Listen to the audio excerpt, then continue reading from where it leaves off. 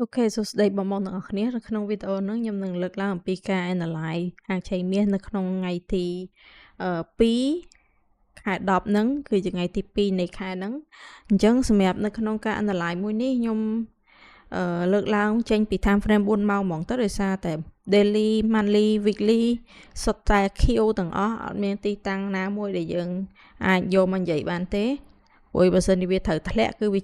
ត្រូវបិទក្រហមហើយអញ្ចឹងសម្រាប់ថ្ងៃនេះខ្ញុំលើកឡើងចេញពី time frame អឺ4ម៉ោងហ្នឹងដោយសារតែវាបានកាត់គ្នា MA high កាត់គ្នាហើយអញ្ចឹង MA high កាត់គ្នាពេលវាចាក់ប៉ះត្រង់ហ្នឹងច្បាស់ជាមាន reaction អញ្ចឹងមកក្នុងកន្លែងដែលវាឡើងមកហ្នឹងគឺឡើងមកដោយសារតែប៉ះជាមួយនឹង re-entry buy របស់ time frame 4ម៉ោងក៏ប៉ុន្តែនៅក្នុង behavior របស់អាកប្បកិរិយារបស់មាសនៅក្នុងថ្ងៃហ្នឹងយើងឃើញថាវាអត់បានបិទចេញក្រៅ MA ទេណាអត់បានបិទចេញក្រៅtop BB ទេហើយ MA កាត់គ្នា MA កាត់គ្នាអត់បានចេញក្រៅ top BB នេះជាសញ្ញា MHV អញ្ចឹងកន្លែងដែលវាប៉ះ re-entry មួយនេះបានន័យថាវាคล้ายទៅជា TPW ហើយបានន័យវាប៉ះហើយឡងឡើងចុងក្រោយអញ្ចឹងបើសិនជាវា MA នឹងកាត់គ្នា MA high កាត់គ្នាយើងចូលទៅមើល1ម៉ោង1ម៉ោងចេញ extreme អញ្ចឹងតំបន់នេះបើសិនជាវាអត់បិទបែកមិតចុះមកខាងក្រោយឡើងទៅលើវិញទេទីតាំងហ្នឹងអាចនឹងកាត់ចុះទៅវិញហើយដោយសារតែtop BB ក៏វាកាត់ slope down ហើយ mid BB ក៏វាចាប់ដើមទេចុះ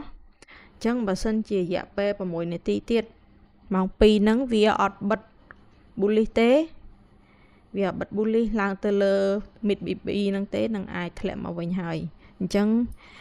នៅក្នុងករណីនេះយើងនៅតែអាច hold ចាំនៅតម្លៃទី1ទីតាំងទី1នៅ38 60ទីតាំងទី2នៅ38 នៅ mid BB នៃ time frame 4ម៉ោងអញ្ចឹងវាអាចធ្លាក់មករក mid BB ហ្នឹងហើយបើករណីបើសិនជា mid BB ហ្នឹងបែកយើងនឹងតាមទិញនៅ re-entry buy របស់ daily re-entry buy របស់ daily នៅទីតាំងមួយណានៅរៀងឆ្ងាយណា re-entry buy របស់ daily នៅ3820ណាបើសិនជាថ្ងៃហ្នឹងបិទ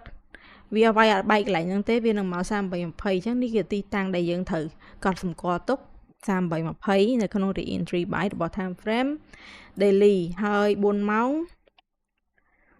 យើងចាំមើលនៅ mid BB ដែរបើសិន mid BB បែកទើបបានយើងចាត់ទុកថាវានឹងត្រឡប់មករក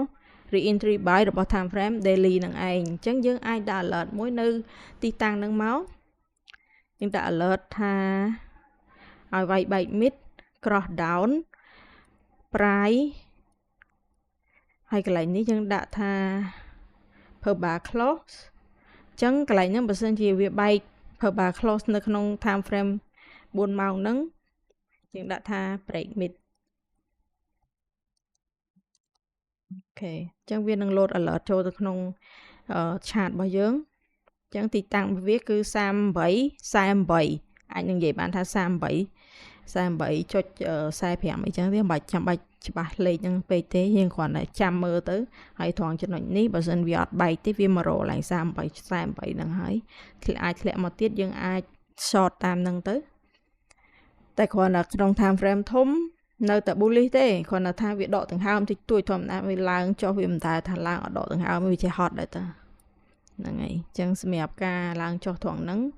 ហើយកន្លែងហ្នឹងហេតុអីបានខ្ញុំចាប់ផ្ដើមចេញពី time frame 4ម៉ោងខ្ញុំចង់ប្រាប់អ្នកទាំងអស់គ្នាចេះឃើញទេកន្លែងនេះនៅពេលដែលវាចេញបែបហ្នឹងខ្ញុំឲ្យមើលអតីតកាលព្រោះទីផ្សារដើរតាម chart BBMA គឺវាចេញដដែលទេពេលដែលវាកាត់គ្នាអញ្ចឹងអាកន្លែងដែលវាកាត់គ្នាហ្នឹងអាចនឹង pull back ជ្រៅអញ្ចឹងបើសិនជាវានេះវាមកតេសជាមួយនឹងវាប៉ះហ្នឹងហើយវាមកតេសជាមួយនឹង mid BB ហើយបើតើតើវាកាត់គ្នាវិញវាព្រមឡើងទៅវិញអញ្ចឹងអានេះដូចគ្នាដែរវាមកឡើងជាមួយអាហ្នឹងហើយវាមកតេសជាមួយ mid BB តែបើសិនបែក mid មែនតើហើយយើងអាចចូលទៅរកចាំទិញនៅ re-entry buy daily ក៏បានយើង follow trend ចុះមកសិនមកអញ្ចឹងទៅអញ្ចឹងpull back គឺជាការ pull back time frame ធំក៏វាអាច move ច្រើនដែរអញ្ចឹង trend សួរថា trend នៅ bullish ឬក៏ bearish នៅ bullish ក៏តែ pull back អត់ pull back ត្រូវការដកដង្ហើមចេញពី time frame ធំជាង time frame តូចច្បាស់ជាធ្លាក់អីអញ្ចឹងបើយើងចូលទៅមើលនៅក្នុង time frame 3នាទីយើងអាច long short បានតាំងពីព្រឹកមកកណូពេលដែល long ធ្លាយអញ្ចឹងទៅពេលដែលវាកាត់គ្នាយើងរត់ទៅវាបែក mid យើងរកកន្លែងចូល short មកទៀតមកតែនេះវាធ្លាក់មក impulsive ខ្លាំងយើងអាចត្រូវតម្លាក់ time frame ទៅមើលនៅ1នាទីដើម្បីរកកន្លែងចូលចឹងអានេះវាធ្លាក់មកខ្លាំងបើកម៉ោង2មកដល់ក្រោមហើយនេះបើកម៉ោង2ដល់ក្រោមអូខេ5 10នាទីបែកមីតហើយអញ្ចឹង5 10នាទីបែកមីតចាំមើល MA កាត់គ្នា follow re-entry sell 5 10នាទីហ្នឹងមកអូខេអញ្ចឹងសម្រាប់ការ analyze នេះមានតែប៉ុណ្្នឹងបើសិនបងគាត់ចង់ចូលនៅក្នុង group ដើម្បីរៀននិងទទួលបានកាយវិភាគប្រចាំថ្ងៃអាចតាក់ទងមកខ្ញុំហើយយើងនឹងសិក្សាជាមួយនឹង BBMA ហ្នឹងទាំងអស់គ្នាហើយរាល់ការសិក្សាមានការគិតលុយគិតកម្រៃទេសម្រាប់ BBMA និង group support មួយហ្នឹងអញ្ចឹងសម្រាប់បងដែលគាត់ចង់ចាប់ផ្ដើមអាចចាប់ផ្ដើមនៅពេលនេះហើយសម្រាប់ការ trade ជាមួយ BBMA គឺយើងអត់ត្រូវការប្រើប្រាស់ computer ឬក៏ equipment ច្រើនសម្រាប់ការមើលសារទេព្រោះយើងត្រូវការមើលតែតិចទេយើងមើលតែក្នុងទូរស័ព្ទដៃរាល់ការដាក់ indicator ក្នុងទូរស័ព្ទដៃគឺមានsupport គ្រប់ device មិនថា iOS មិនថា Android ទេយើងអាចប្រើបានដូចគ្នាចឹងអរគុណសម្រាប់ការតាមដាន កុំភ្លេច follow for more ដើម្បីទទួលបានការវិភាគថ្មីនិងព័ត៌មានថ្មីៗអំពីហាងឆេងមាសហាងឆេង BTC និង currency ផ្សេងៗបើសិនជាចាំបាច់អរគុណ